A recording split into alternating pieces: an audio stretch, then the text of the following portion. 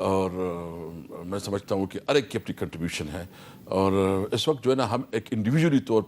کے طور پر یہ کام نہیں آگے بڑھ سکتے جب تک کلیکٹیو ایفرٹس نہیں ہوگی۔ میں سب کی رسپیکٹ کرتا ہوں، سب کو آگے، بلکہ میں تو اس حد تک کہتا ہوں کہ اس وقت تمام وہ قوتیں جو جمہوریت پہ یقین رکھتی ہے اس کو ایک پلیٹ فارم پہ ہونا چاہیے، کیونکہ اس وقت جو ملک کے آئین اور قانون کا